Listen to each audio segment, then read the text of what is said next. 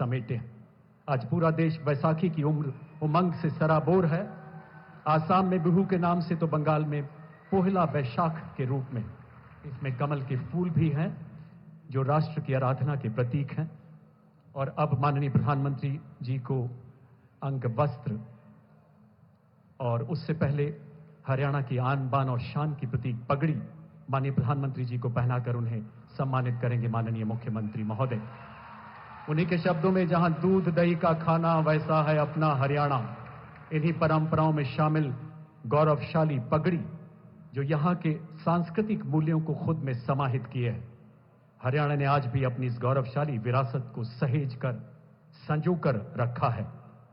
इस पगड़ी ने G20 शिखर सम्मेलन में कई विदेशी मेहमानों को जीता था और अब अंग वस्त्र भेंट कर मुख्यमंत्री महोदय माननीय प्रधानमंत्री जी का सम्मान करते हुए हथकरघा बुनकरों की कारीगरी से बुना अटूट स्नेह के धागों से सजा अब माननीय केंद्रीय मंत्री एवं हरियाणा के निवर्तमान मुख्यमंत्री श्री मनोहर लाल जी द्वारा बाबा साहब का चित्र माननीय प्रधानमंत्री जी को भेंट किया जाएगा। देवियों सज्जनों, इसे टेक्सटाइल के वेस्ट से बनाया गया है, जिसकी चर्चा माननीय प्रधानमंत्री जी ने गत माह मन की बात में की थी। उन्होंने पानीपत में उभरती टेक्सटाइल रिसाइकलिंग हब का भी जिक्र किया था। आपकी तालियों का जय घोष रुकना नहीं चाहिए देवियों और सज्जनों। बहुत बहुत आभार। माननीय प्रधानमंत्री जी ने बाबा साहब के आदर्शों को पूरा जीवन जिया है। जिस भारत के भारत खेलते सिंहों की संतान से कोई देश नहीं है बढ़कर अपने हिंदुस्तान से। और अब हिंदुस्तान के हृदय सम्राट को आत्मनिर्भर भारत को प्रतिबिंबित करती सिंह की प्रतिमूर्ति भेंट करेंगे हरियाणा के परिवहन, आवास एवं जेल मंत्री श्री कृष्णलाल पंवार। देवियों सज्जनों, स्मृति चिन्ह को पूर्णतः स्क्रैप से बनाया गया है। इसमें छोटी छोटी कीलें, नट बोल्ट, तारें इत्यादि शामिल हैं। यमुनानगर देश के प्राचीनतम औद्योगिक नगरों में सदैव मशहूर रहा है और मेटल नगरी के नाम से मशहूर यमुनानगर स्क्रैप रिसाइकलिंग में एक अग्रणी भूमिका निभा रहा है। बहुत बहुत आभार महोदय। देवियों सज्जनों, मंच पर उपस्थित केंद्रीय मंत्री भारत सरकार माननीय श्री मनोहर लाल जी ने लगभग एक दशक तक हरियाणा के मुख्यमंत्री के पद को सुशोभित किया एवं राज्य में सुशासन तथा समावेशी विकास की दशा और दिशा को नया रूप दिया, जन जन की आकांक्षाओं को नई परिवाज दी। देवियों सज्जनों, आप सबकी पुरजोर करतल ध्वनि के बीच माननीय केंद्रीय मंत्री तथा हरियाणा के पूर्व मुख्यमंत्री जी से आग्रह करूंगा कि कृपया स्वागत संबोधन के लिए पधारें।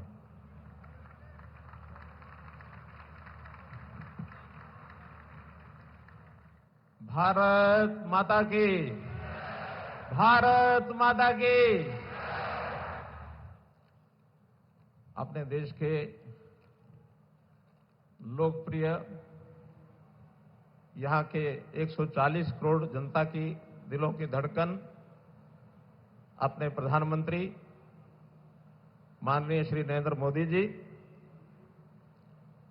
मंच पर उपस्थित अपने इस प्रदेश के मुख्यमंत्री, युवा और संघर्षशील साथी श्री नायब सिंह सैनी जी, केंद्र में राज्य मंत्री इस नाते से राव इंद्रजीत सिंह जी, केंद्र में राज्य मंत्री इस नाते से श्री कृष्णपाल गुर्जर जी, प्रदेश के ऊर्जा मंत्री श्री अनिल विज जी, कैबिनेट मंत्री हरियाणा श्री कृष्णलाल पंवार जी, कैबिनेट मंत्री हरियाणा श्री श्याम सिंह राणा जी, सभी उपस्थित सांसदगण, प्रदेश के सभी अन्य नेतागण और हरियाणा भर से आए हुए सभी हमारे भाइयों बहनों, ऊर्जा विभाग से संबंधित सभी हमारे अधिकारीगण, आज सबसे पहले संविधान निर्माता डॉक्टर भीमराव जी अंबेडकर, उनकी जयंती का दिन 14 अप्रैल है।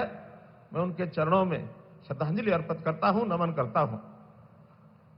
आज प्रधानमंत्री जी हमारे बीच में हरियाणा पधारे हैं। इस कार्यक्रम से पहले हिसार में आपने हिसार एयरपोर्ट के भवन का और उद्घाटन किया और वहां से जो पहली फ्लाइट जिसका आज उड़ान भरी है, जिसने हिसार से और अयोध्या तक, इन दोनों कार्यक्रमों को आपने किया, उसके लिए भी आपका मैं बहुत बहुत धन्यवाद करता हूं। और इसी प्रकार से आज यमुनानगर में भी ऊर्जा विभाग का एक 800 मेगावाट का ताप घर, बिजली घर, इसका शिलान्यास आप करेंगे। और ऐसे ही यमुनानगर नगर निगम द्वारा निर्मित सीबीजी का प्लांट 2600 टन का जो प्रति वर्ष एक प्रकार से उसका सीबीजी का उत्पादन होगा, ऐसे एक स्वच्छ ऊर्जा का एक बड़ा प्रोजेक्ट, इसका भी आप शिलान्यास करेंगे। माननीय प्रधानमंत्री जी, मैं आपके स्वागत के लिए खड़ा हुआ हूं। मैं दो भूमिकाओं में आपका स्वागत करना चाहता हूं। एक तो आपकी सरकार में आपने मुझे केंद्रीय ऊर्जा मंत्री का दायित्व दिया, उस नाते से मेरा दायित्व है कि आपका मैं हृदय की गहराई से और स्वागत करता हूं। और इसके साथ ही क्योंकि हरियाणा की धरती को मैं नमन करते हुए 10 वर्ष हरियाणा की सेवा मुख्यमंत्री के रूप में की है, ये हरियाणा का परिवार, इस परिवार का सदस्य होने के नाते मैं हरियाणा की जनता की ओर से भी आपका बहुत बहुत स्वागत करता हूं, अभिनंदन करता हूं। जैसा यमुनानगर ये स्थान, इस स्थान के बारे में भी मैं इतना बताना चाहूंगा कि ये स्थान मेरे लिए भी बहुत महत्वपूर्ण है। यमुना नदी की गोद में बसा हुआ ये, यानी यमुना नदी की गोद में बसा हुआ ये यमुनानगर शहर, और इस शहर के मेरे सामाजिक जीवन के यौवन काल के 6 वर्ष मैंने यहां लगाए हैं। यहां आकर के मुझे एक परिवार के नाते इस धरती से जुड़े होने का भी एक गौरव प्राप्त है, अनुभूति मुझे होती है। और यही नहीं, आपका भी लगातार हरियाणा के साथ जो प्रेम रहा है, आपकी भी संगठनात्मक तौर पर इस हरियाणा की भूमि के साथ विशेष संबंध, ये आपकी कर्मभूमि रही है।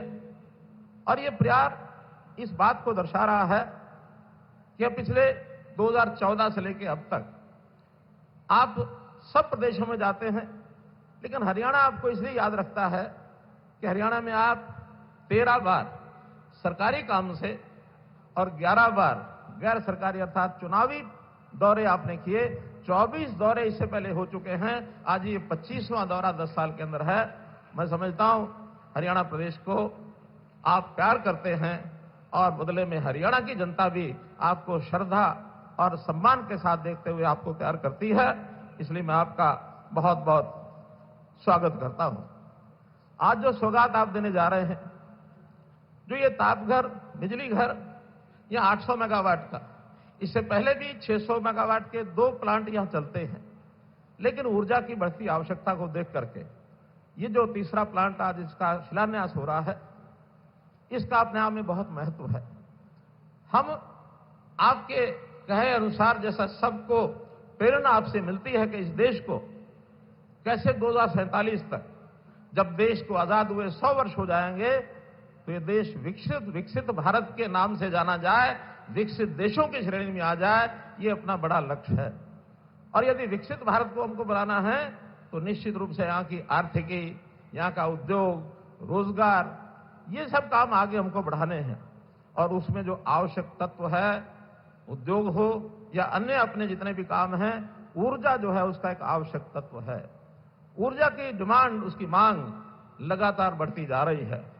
जैसा 2014 से लेकर इस समय तक 249 मेगावाट 2014 में बिजली अपने देश में थी, गीगावाट, और अब वो 466 गीगावाट इस समय बिजली का उत्पादन हो रहा है, अर्थात 87% वृद्धि आपके इस कार्यकाल में पिछले 11 वर्ष में हुई है।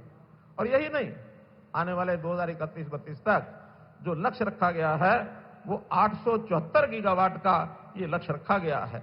और इस ऊर्जा में चाहे वो हाइडल हो, थर्मल हो, सौर ऊर्जा हो, पवन ऊर्जा हो, न्यूक्लियर ऊर्जा हो, कई प्रकार के ऊर्जा के ये सारे साधन, ऐसे प्रकल्प, ऐसे प्रोजेक्ट्स, ऐसी योजनाएं, ये सब लगातार हम आगे बढ़ा रहे हैं।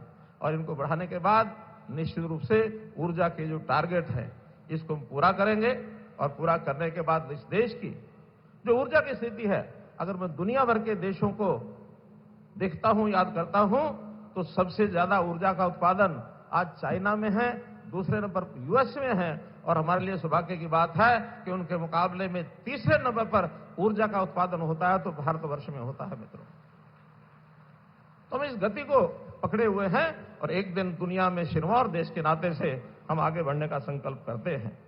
इसी प्रकार से हरियाणा के अंदर हमारी जो ऊर्जा का काम 2485 मेगावाट अभी ऊर्जा हमारे उत्पादन होती है।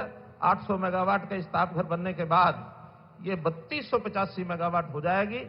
और यही नहीं, यहां की सरकार ने अपने सामने अपनी जो मांग रखी है कि 2400 मेगावाट इसके अतिरिक्त इस प्रकार के ताप घरों की योजना बनाने की है। अभी अलग बात है कि वो हरियाणा की धरती पर बने या जहां पिट हेड्स हैं, पिट हेड्स के ऊपर इस प्रकार के 3 बड़े प्लांट लगाए जाएं। ये जैसा आपका आदेश होगा उस हिसाब से उसको हम आगे बढ़ाएंगे। इसके साथ ही पहला प्लांट सीबीजी का, क्योंकि आपने 2023-24 के बजट में गोवर्धन योजना के अंतर्गत शहरी क्षेत्रों में सीबीजी के प्लांट लगाने की एक योजना बनाई थी, बताई थी। अभी हरियाणा का पहला सीबीजी का प्लांट छछरौली के गांव में 10 एकड़ जमीन के ऊपर 90 करोड़ रुपए की लागत से इस प्लांट का आज शिलान्यास होने जा रहा है। मैं नगर निगम यमुनानगर को भी बहुत बधाई देता हूं कि उन्होंने इस प्लांट को और एक चरितार्थ करके आगे बढ़ाया है। प्रति वर्ष 45,000 मीट्रिक टन नगरपालिका का जो ठोस अपशिष्ट है, सॉलिड वेस्ट है, वो इसमें उपयोग होगा और साथ ही 36,000 मीट्रिक टन गाय के गोबर का भी इसमें उपयोग कर पाएंगे। और इस प्रकार से एक स्वच्छ ऊर्जा इसका जो स्रोत सीबीजी होगा, ये भी यातायात के लिए अर्थात सीएनजी के नाते से इसका उपयोग कर पाएंगे। वाहनों में सीएनजी के नाते से वाहन चलते हैं। ऐसे ही आग जलाने की जगह जैसे हमारा रसोई गैस है, एलपीजी है, अथवा पाइपलाइन नेचुरल गैस है, पीएनजी है, इससे भी इस सीबीजी के बनने के बाद उसकी आपूर्ति होगी और एक बहुत बड़ा लाभ इसका आर्थिक तौर पर भी होगा। और साथ ही इसके कारण से 7,800 मीट्रिक टन कार्बन डाइऑक्साइड का जो एमिशन है, उस एमिशन को हम कम कर पाएंगे, क्योंकि दुनिया में आज सब लोगों की चिंता ये है कि हम कैसे कार्बन डाइऑक्साइड एमिशन को कम करें। तो इस प्रकार के इस प्रोजेक्ट का भी अपने आप में एक लाभ होने वाला है। आज आप हिसार के चाहे प्रोजेक्ट हो अथवा यहाँ के प्रोजेक्ट हो, उद्घाटन शिलान्यास के इस अवसर पर हरियाणा को आपने जो सौगातें दी हैं, उसके लिए मैं बहुत बहुत आपका आभार प्रकट करता हूं, बहुत बहुत धन्यवाद करता हूं। धन्यवाद। आपके ऊर्जावान उद्बोधन के लिए भारत के ऊर्जा मंत्री जी बहुत बहुत धन्यवाद। आज जिन परियोजनाओं का शिलान्यास हो रहा है, उनको परिकल्पित करने में आपने अतुलनीय भूमिका निभाई है। पुनः बहुत बहुत आभार महोदय। देवी और सज्जनों, देश के यशस्वी प्रधानमंत्री जी की प्रखर प्रेरणा से माननीय मुख्यमंत्री श्री नायब सिंह सैनी जी के कुशल नेतृत्व में हमारा नॉन स्टॉप हरियाणा नित नई बुलंदियों की ओर अग्रसर है। आपकी तालियों के उद्घोष के बीच माननीय मुख्यमंत्री जी से आग्रह, कृपया अपने संबोधन के लिए पधारे माननीय श्री नायब सिंह सैनी जी।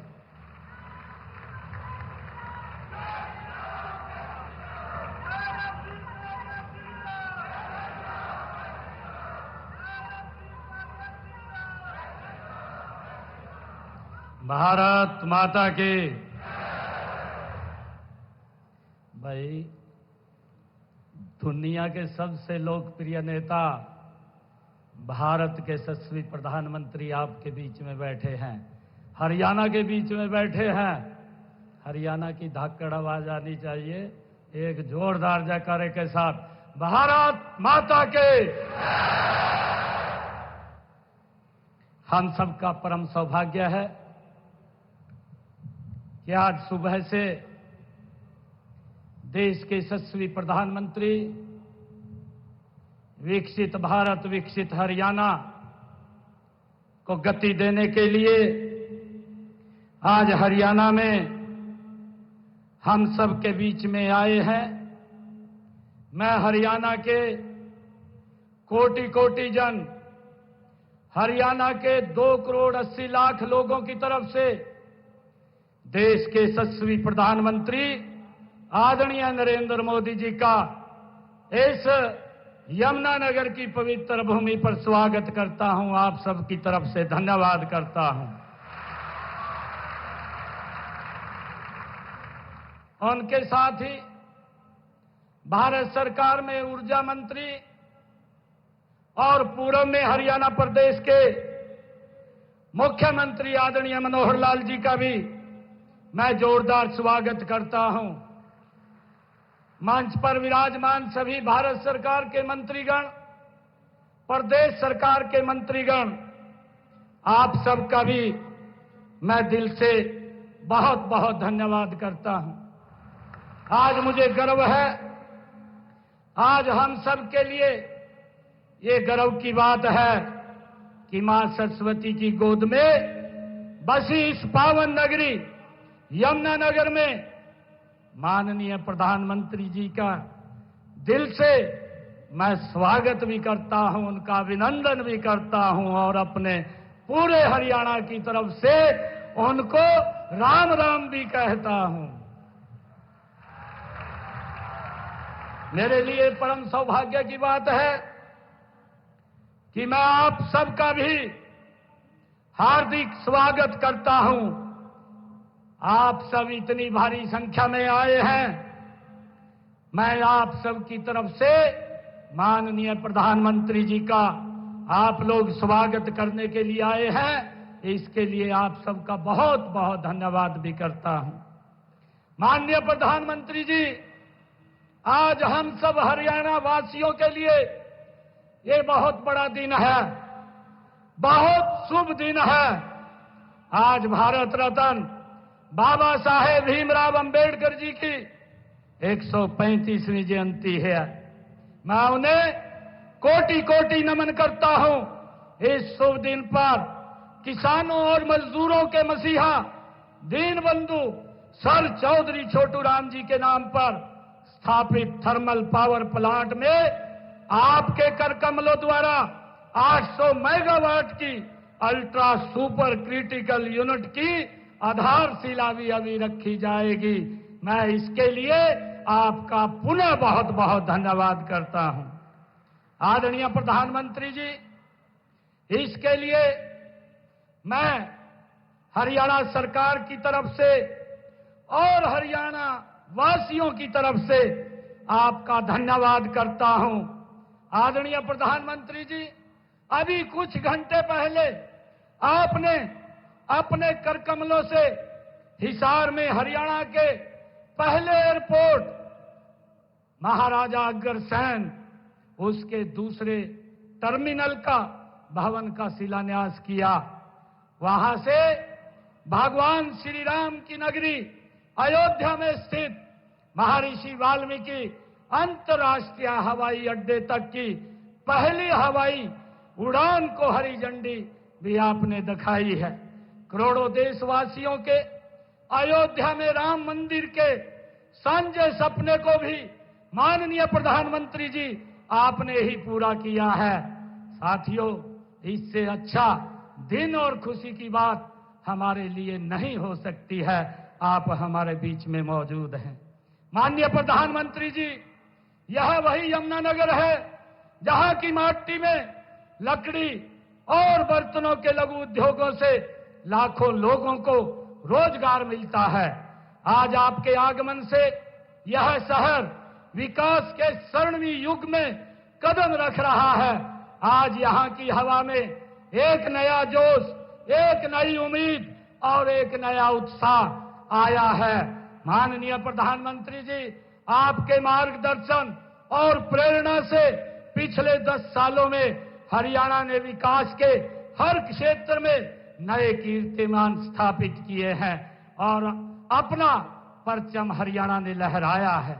आज इसी यमुनानगर जगाधरी नगर निगम क्षेत्र में आपके कर कमलों द्वारा कंप्रेस्ड बायोगैस प्लांट की आधारशिला भी आपके द्वारा रखी जा रही है। यह परियोजना भारत सरकार के गोवर्धन मिशन के तहत एक अहम प्रयास है। आदरणीय प्रधानमंत्री जी, यह भी एक मिसाल है कि हम आधुनिक युग में भी अपने परंपरागत ज्ञान और कौशल का प्रयोग करते हुए विकास के मार्ग पर आगे कैसे बढ़ सकते हैं, ये आपने हमारा मार्गदर्शन किया है। आदरणीय प्रधानमंत्री जी, यह परियोजना न केवल एक तकनीकी उपलब्धि होगी, बल्कि यह हमारे भविष्य की ओर आपके द्वारा बढ़ाया गया एक हरित, टिकाऊ और स्वच्छ कदम भी होगा।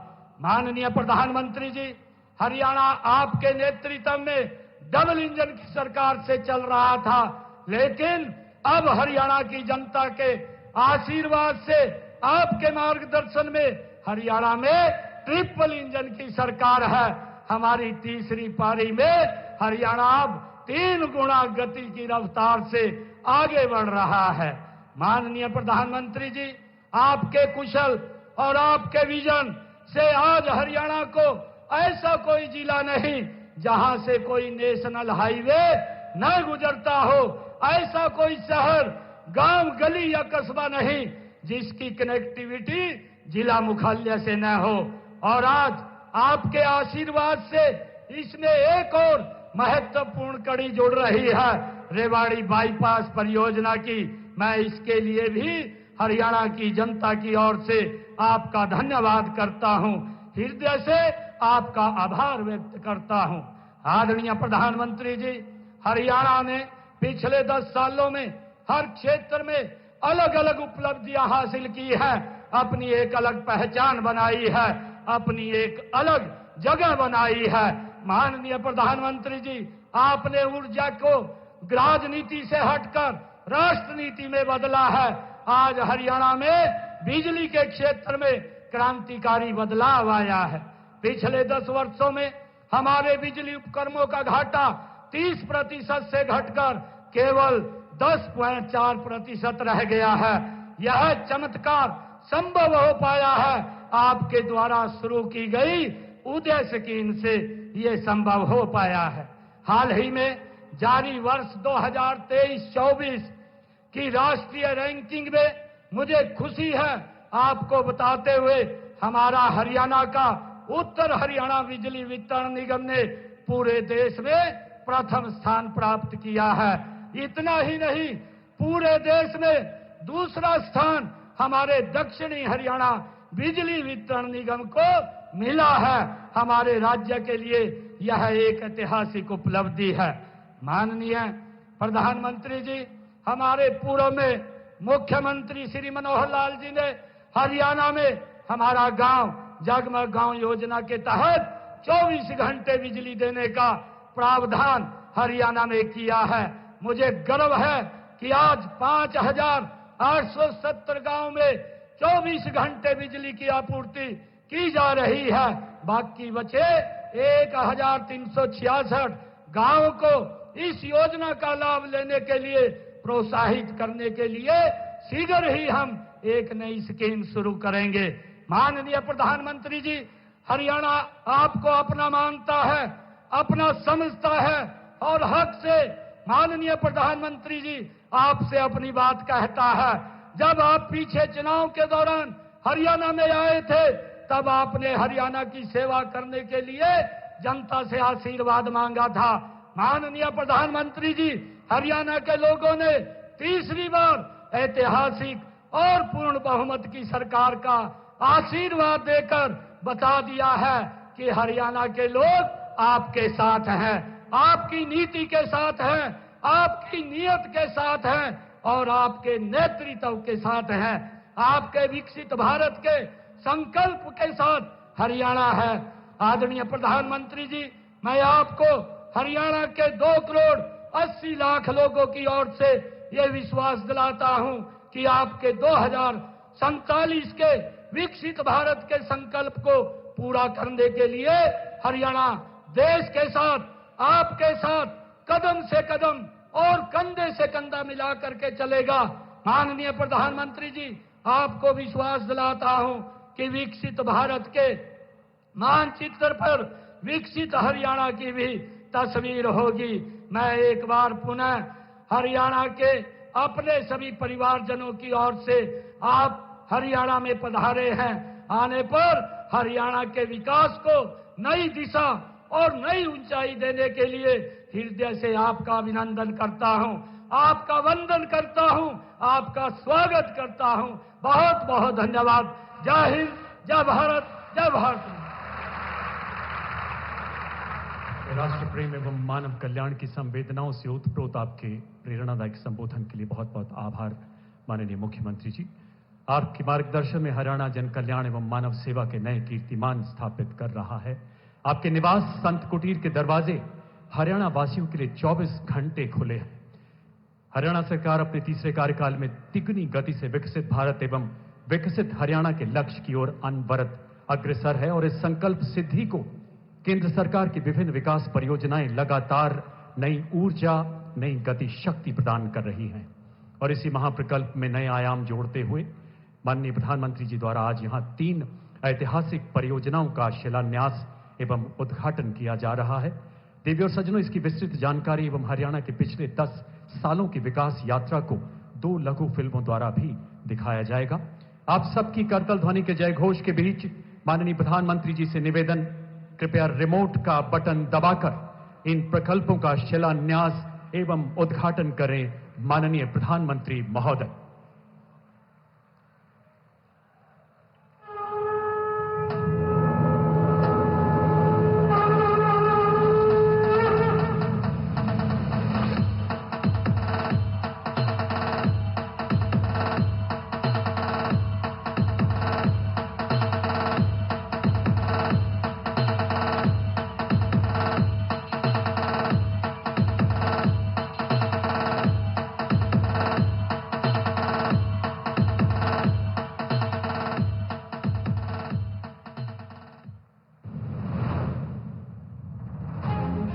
माननीय प्रधानमंत्री श्री नरेंद्र मोदी के दूरदर्शी नेतृत्व में आत्मनिर्भर भारत की ओर रफ्तार से बढ़ते हुए आज Dinbandhu Chhoturam thermal power plant Yamunanagar में 800 मेगावाट की अल्ट्रा सुपर क्रिटिकल यूनिट स्थापित की जा रही है, जिससे हरियाणा में बिजली उत्पादन 2600 मेगावाट से बढ़कर 3400 मेगावाट हो जाएगा।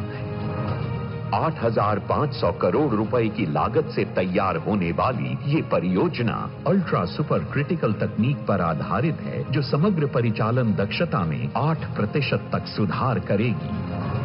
ये परियोजना पूरी तरह से स्वदेशी है, साथ ही इससे कोयले की कम खपत, जल्दी स्टार्टअप समय, परिचालन में वृद्धि और कार्बन डाइऑक्साइड उत्सर्जन में कमी होगी। ये परियोजना प्रदेश के युवाओं को आत्मनिर्भर बनाने की दिशा में उनके रोजगार की दृष्टि से भी बेहद महत्वपूर्ण है। इस परियोजना से बिजली उत्पादन अगले 48 महीनों में शुरू हो जाएगा। आज बाबा साहब अंबेडकर की जयंती के पावन अवसर पर माननीय प्रधानमंत्री जी की गरिमामयी उपस्थिति में यमुनानगर में 800 मेगावाट की अल्ट्रा सुपर क्रिटिकल यूनिट परियोजना का शिलान्यास हो रहा है, जो इस दिन को और अधिक पवित्र और प्रेरणादायक बनाता है।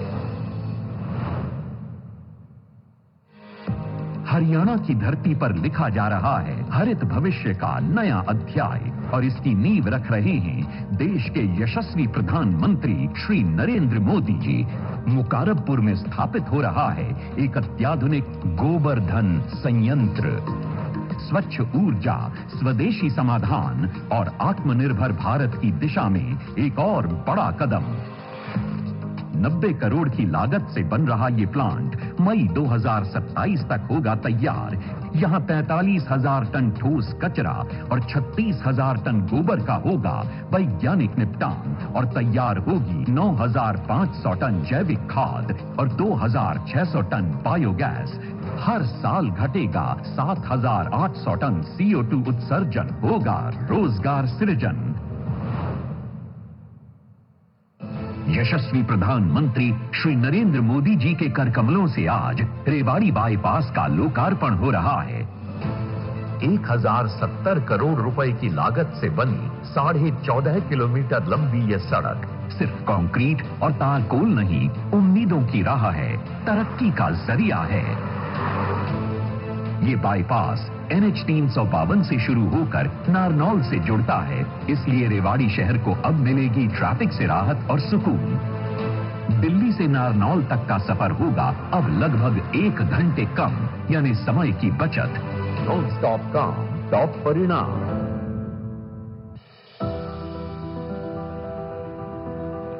2014 जब इतिहास में रचा गया एक नया अध्याय। शपथ लेता हूं कि विधि द्वारा स्थापित भारत के एक ऐसे नए युग का आरंभ हुआ जहां सबका साथ, सबका विकास और सबका विश्वास ने लिखी व्यवस्था परिवर्तन गाथा। ये बेमिसाल उपलब्धियां ही थी जिस कारण हरियाणा की जनता ने 2024 में लगातार तीसरी बार भारी जन समर्थन देकर यशस्वी प्रधानमंत्री श्री नरेंद्र मोदी के विजन और समर्पण पर अपनी मोहर लगा दी। साथियों, चुनाव के दौरान आप सभी माताओं बहनों ने नारा दिया था,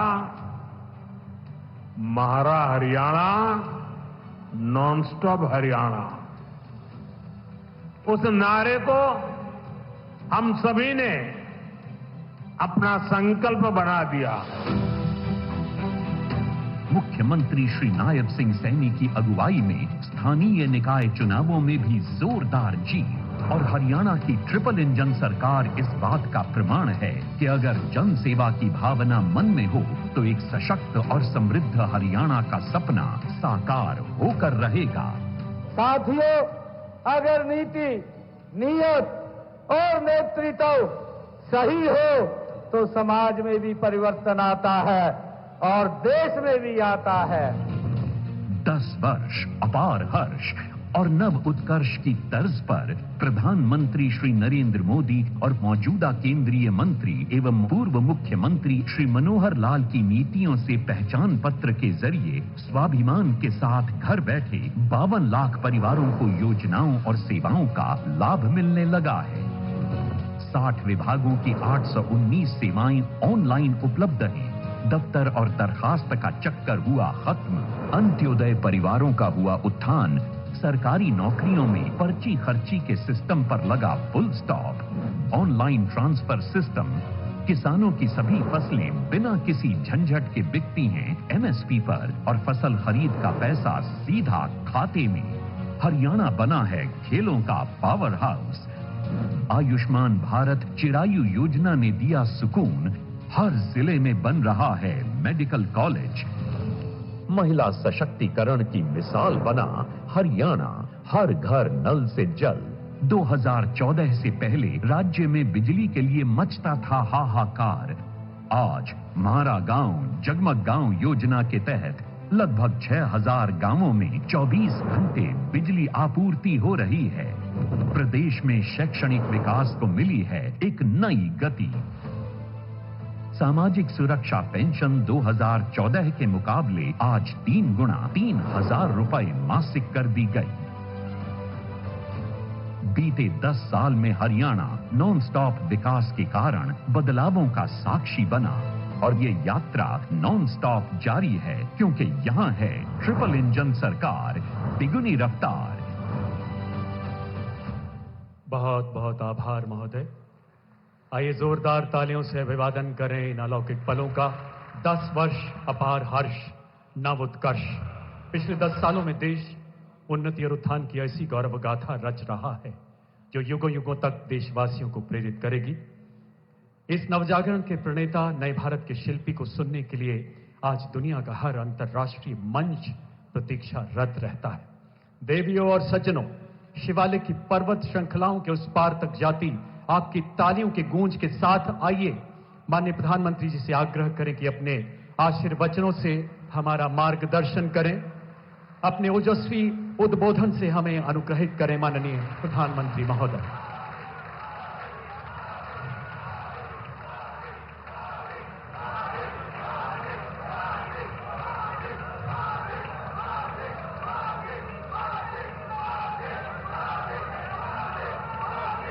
हरियाणा के लोकप्रिय मुख्यमंत्री श्रीमान नायब सिंह सैनी जी, केंद्रीय मंत्रिमंडल के मेरे सहयोगी मनोहर लाल जी, राव इंद्रजीत सिंह जी, कृष्णपाल जी,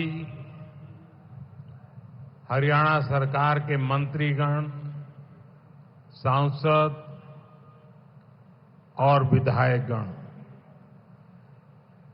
और मेरे प्यारे भाई और बहनों, हरियाणा के मेरे भाई बहना न मोदी की राम राम।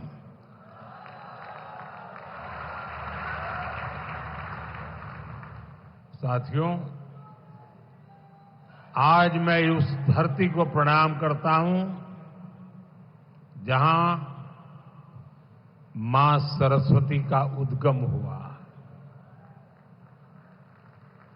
जहां मंत्रा देवी विराजती है, जहां पंचमुखी हनुमान जी है, जहां कपाल मोचन साहब का आशीर्वाद है, जहां संस्कृति, श्रद्धा और समर्पण की त्रिवेणी बहती है। आज बाबा साहब आंबेडकर जी की 135वीं जयंती भी है। मैं सभी देशवासियों को अंबेडकर जयंती की बहुत बहुत शुभकामनाएं देता हूं।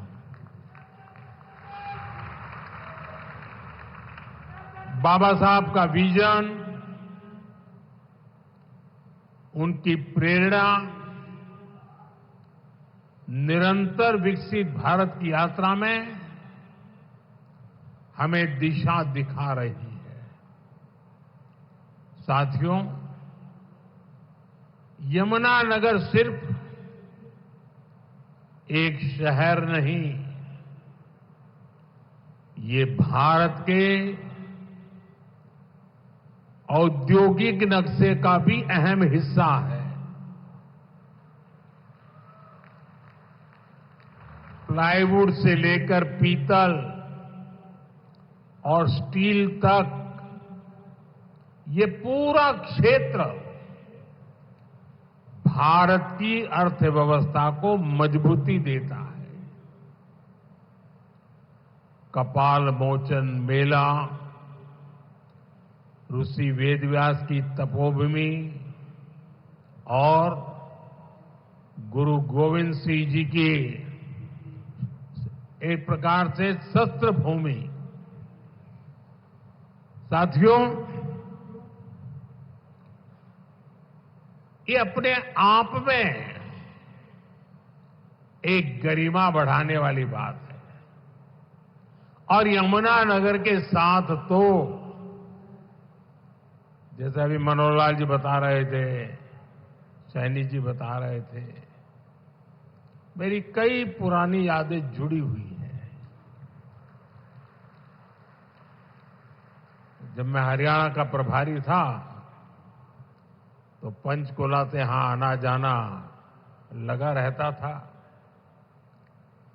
यहां काफी सारे पुराने कार्यकर्ताओं के साथ मुझे काम करने का अवसर मिला है। ऐसे कर्मठ कार्यकर्ताओं की परंपरा आज भी चल रही है। साथियों, हरियाणा लगातार तीसरी बार डबल इंजन सरकार के विकास की डबल रफ्तार को देख रहा है। और अब तो सैनी जी कह रहे हैं ट्रिपल सरकार। विकसित भारत के लिए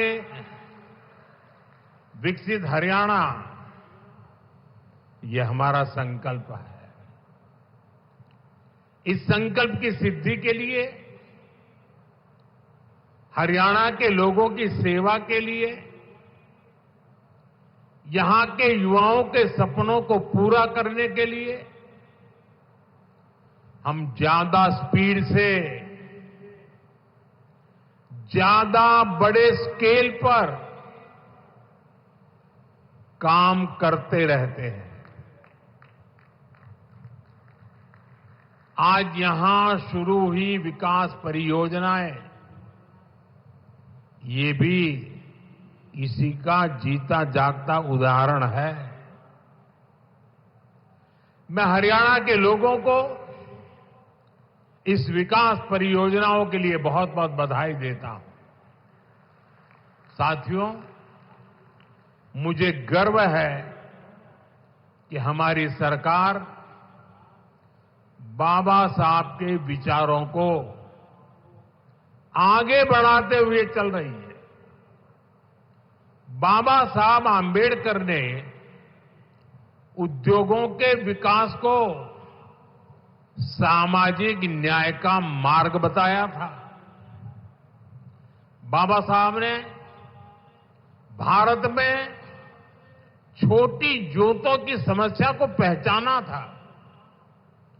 बाबा साहब कहते थे कि दलितों के पास खेती के लिए पर्याप्त जमीन नहीं है, इसलिए दलितों को उद्योगों से सबसे अधिक फायदा होगा।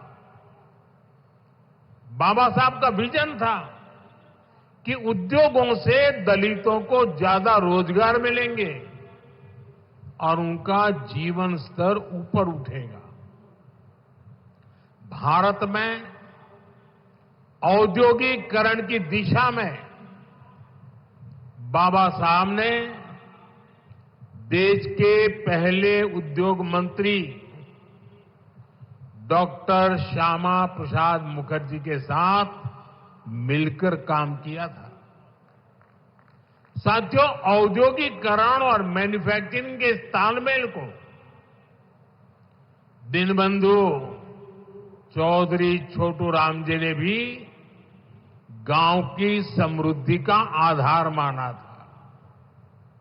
वो कहते थे, गांवों में सच्ची समृद्धि तब आएगी जब किसान खेती के साथ साथ छोटे उद्योगों के माध्यम से भी अपनी आय बढ़ाएगा।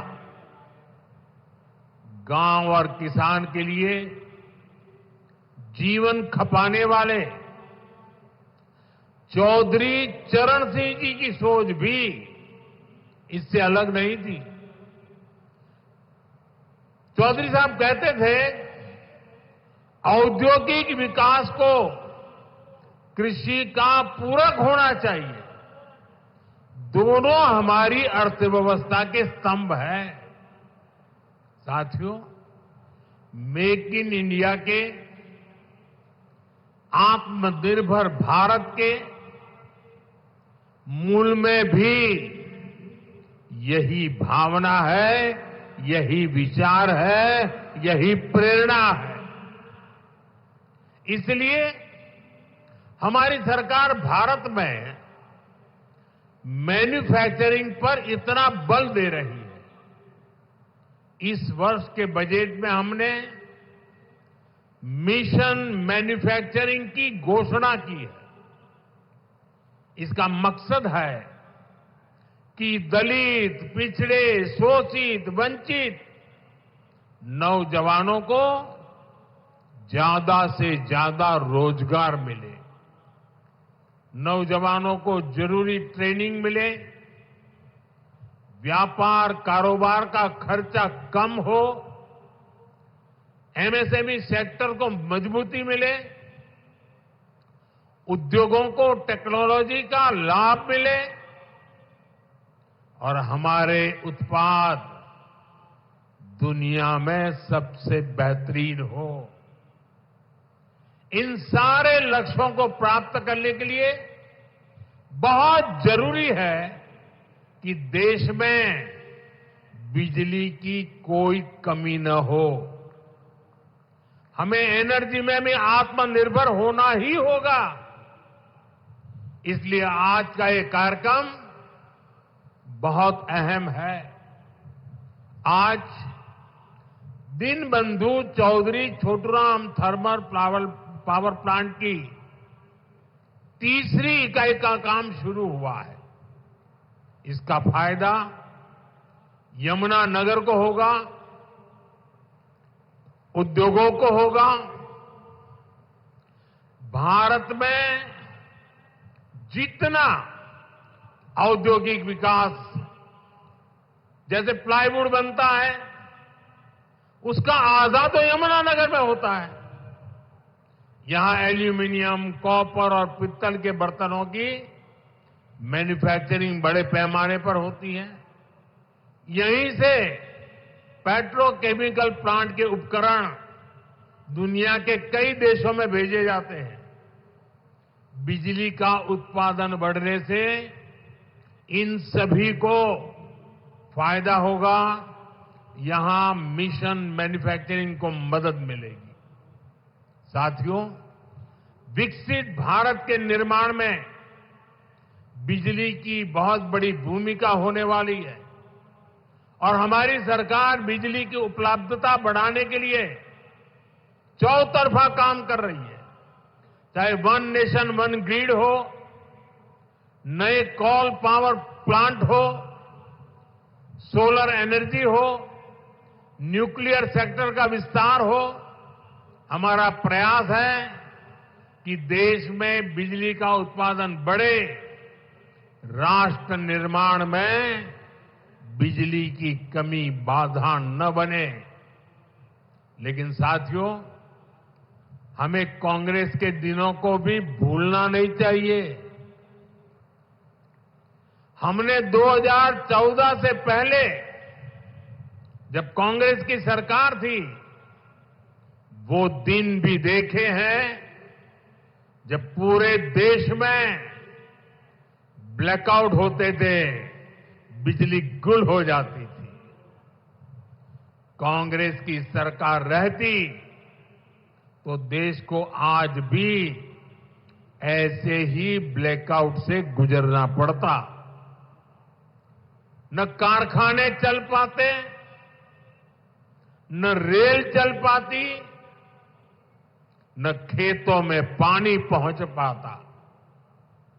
यानी कांग्रेस की सरकार रहती तो ऐसे ही संकट बना रहता, बढ़ता रहता। अब इतने वर्षों के बाद, प्रयासों के बाद आज हालात बदल रहा है। बीते एक दशक में भारत ने बिजली उत्पादन की क्षमता को करीब करीब 2 गुना किया है। आज भारत अपनी जरूरत को पूरी करने के साथ साथ पड़ोसी देशों को बिजली निर्यात भी करता है। बिजली उत्पादन, इस पर भाजपा सरकार के फोकस का लाभ हमारे हरियाणा को भी मिला है। आज हरियाणा में 16,000 मेगावाट बिजली का उत्पादन होता है। हम आने वाले कुछ सालों में एक क्षमता 24,000 मेगावाट तक पहुंचाने का लक्ष्य लेकर के काम कर रहे हैं। साथियों, एक तरफ हम थर्मल पावर प्लांट में निवेश कर रहे हैं, तो दूसरी तरफ देश के लोगों को पावर जनरेटर बना रहे हैं। हमने पीएम सूर्यघर मुफ्त बिजली स्कीम शुरू की है। अपने छत पर सोलर पैनल लगाकर आप अपना बिजली का बिल 0 कर सकते हैं। इतना ही नहीं, जो अतिरिक्त बिजली का उत्पादन होगा उसे बेचकर कमाई भी कर सकते हैं। अब तक देश के 1.25 करोड़ से ज्यादा लोग इस योजना के तहत रजिस्ट्रेशन करा चुके हैं। मुझे खुशी है कि हरियाणा के भी लाखों लोगों ने इससे जुड़ने के लिए अप्लाई किया है और जैसे जैसे इस योजना का विस्तार हो रहा है, इससे जुड़ा सर्वे सर्विस इकोसिस्टम भी बड़ा हो रहा है। सोलर सेक्टर में नई स्किल्स बन रही है, एमएसएमईज के लिए नए मौके बन रहे हैं और युवाओं के लिए अनेक अवसर तैयार हो रहे हैं। साथियों, हमारे छोटे छोटे शहरों में छोटे उद्योगों को पर्याप्त बिजली देने के साथ ही सरकार इस तरफ भी ध्यान दे रही है कि उनके पास पर्याप्त पैसे रहे। कोरोना काल में एमएसएमई को बचाने की लाखों करोड़ों रुपए की सहायता सरकार ने दी है।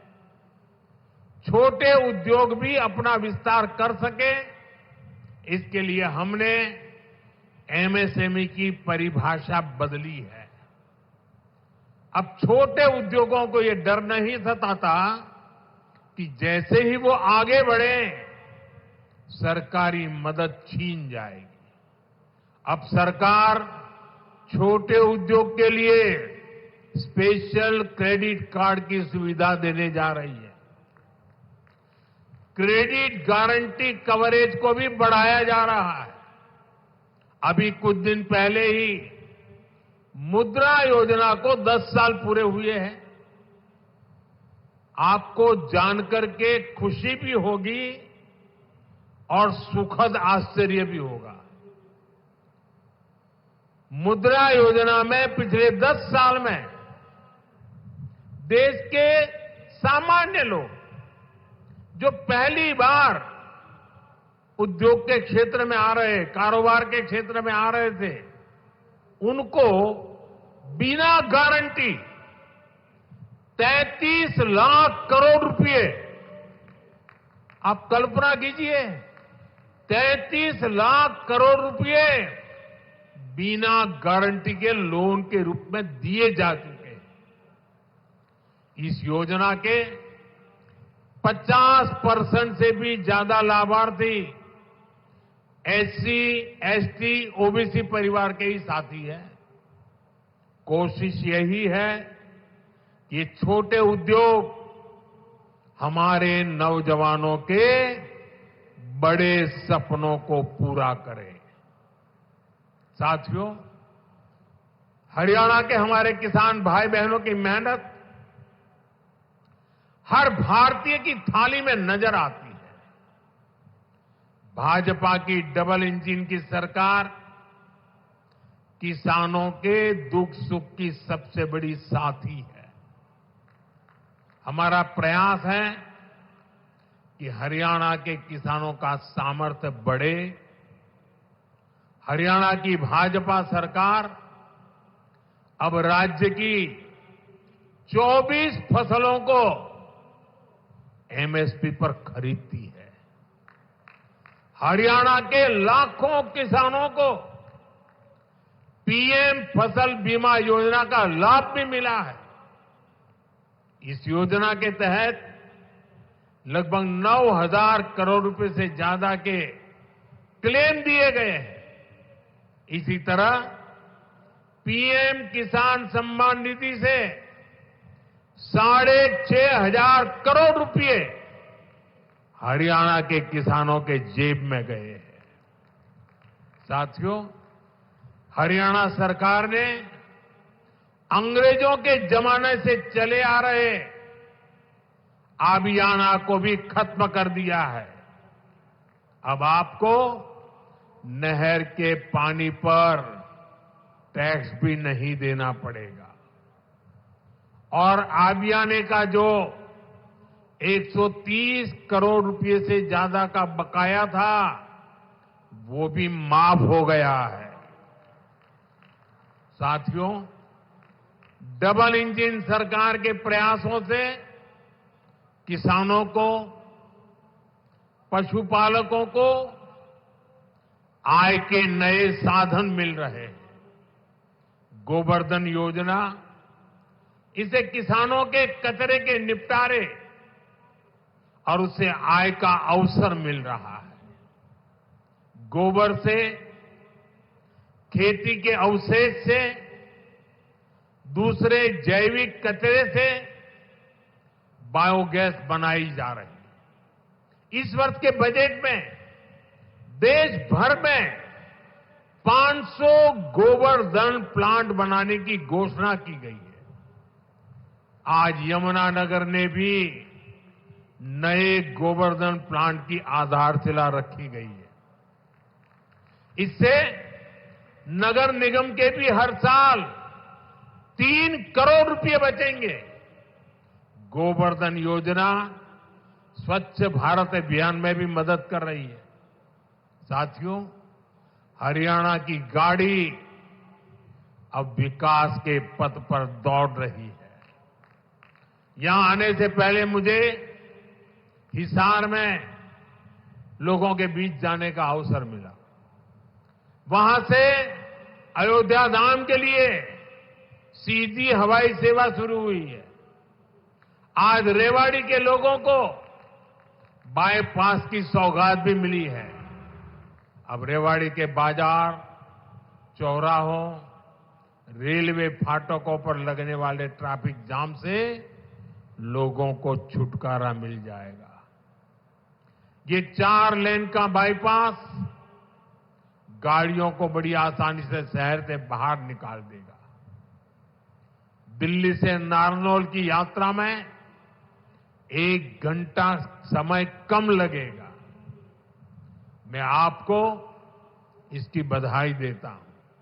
साथियों, हमारे लिए राजनीति सत्ता सुख का नहीं, सेवा का माध्यम है। जनता की भी सेवा का माध्यम और देश की सेवा का भी माध्यम। इसलिए भाजपा जो कहती है उसे डंके की चोट पर करती भी है। हरियाणा में तीसरी बार सरकार बनने के बाद हम लगातार आपसे किए वायदे पूरे कर रहे हैं। लेकिन कांग्रेस शासित राज्यों में क्या हो रहा है? जनता से पूरा विश्वासघात। पड़ोस में देखिए, हिमाचल में जनता कितनी परेशान है। विकास के, जन कल्याण के सारे काम ठप पड़े हैं। कर्नाटका में बिजली से लेकर दूध तक, बस किराए से लेकर बीज तक हर चीज महंगी हो रही है।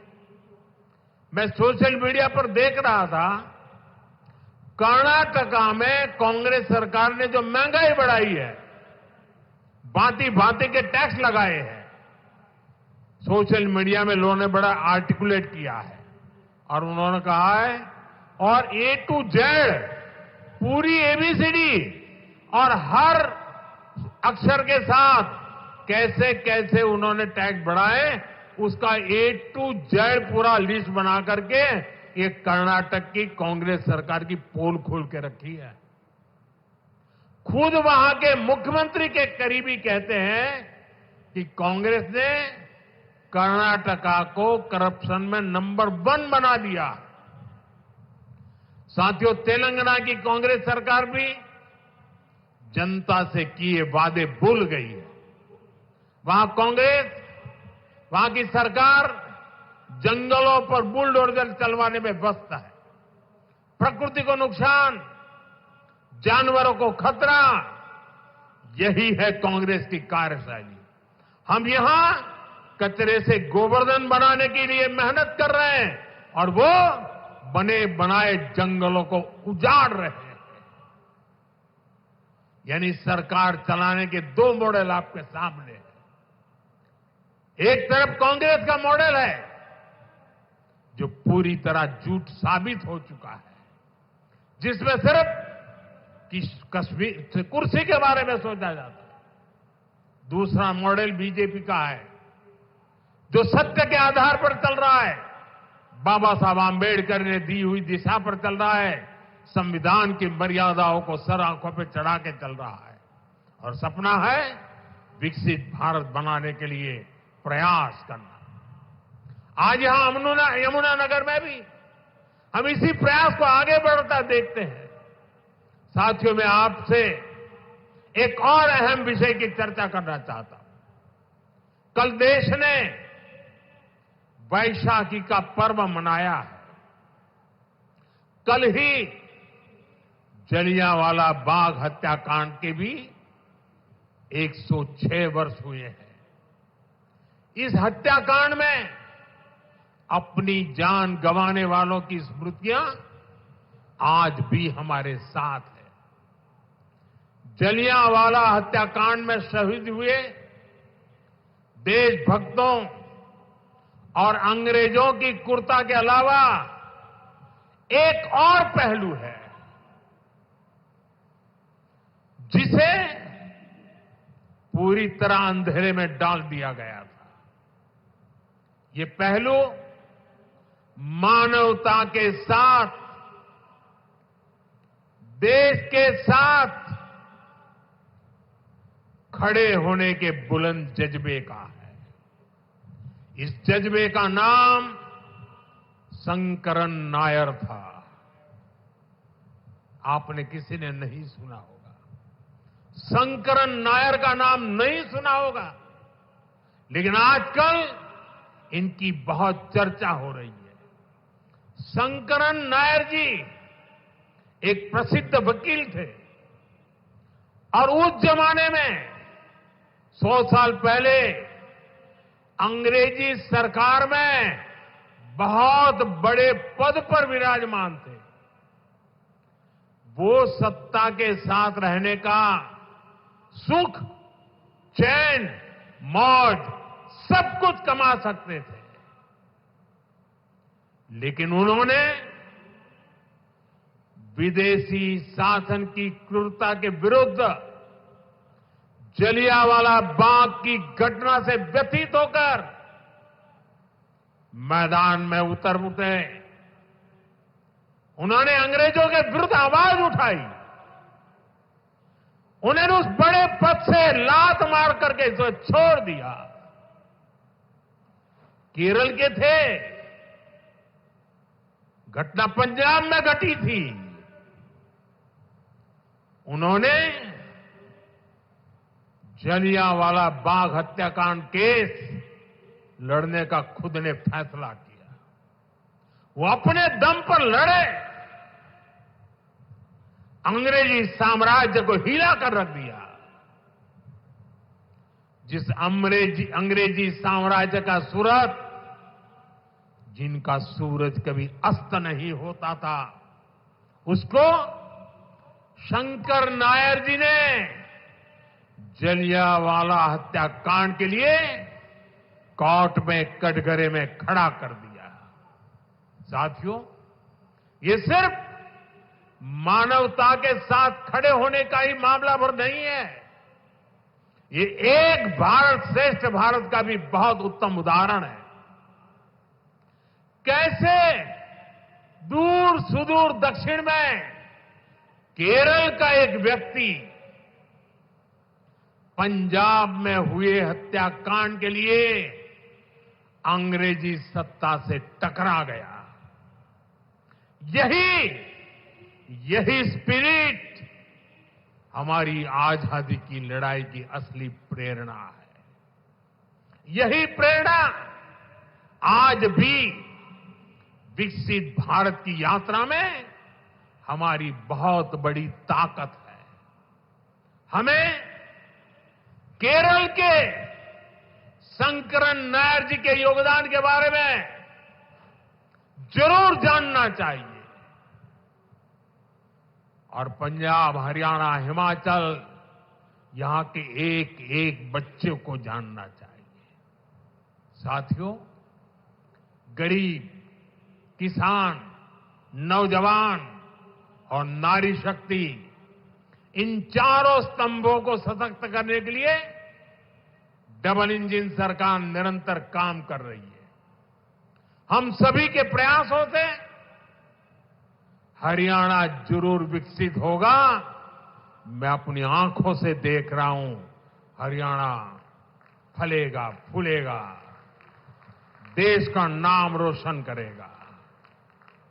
आप सभी को इन अनेक विकास कार्यों के लिए बहुत बहुत शुभकामनाएं। दोनों हाथ ऊपर करके पूरी ताकत से मेरे साथ बोलिए, भारत माता की, भारत माता की, भारत माता की। बहुत बहुत धन्यवाद।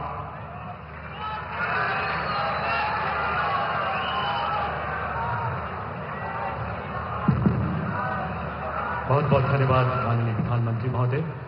देवी और सज्जनों, आइए एक बार पुनः तालियों के जयनाद से अपना आभार हमारे प्रेरणा पुंज विकसित भारत के संकल्प के शिल्पकार माननीय प्रधानमंत्री जी तक पहुंचाएं। जोरदार तालियों से अभिवादन करें, वंदन अभिनंदन करें। आज से 10 साल पहले 20 अप्रैल 2015 को दिल्ली के अंबेडकर अंतर्राष्ट्रीय केंद्र के शिलान्यास के दौरान आपने कहा था मान्यवर कि अगर बाबा साहब न होते तो नरेंद्र मोदी कहां होते। पिछले 11 सालों में परम श्रद्धेय डॉक्टर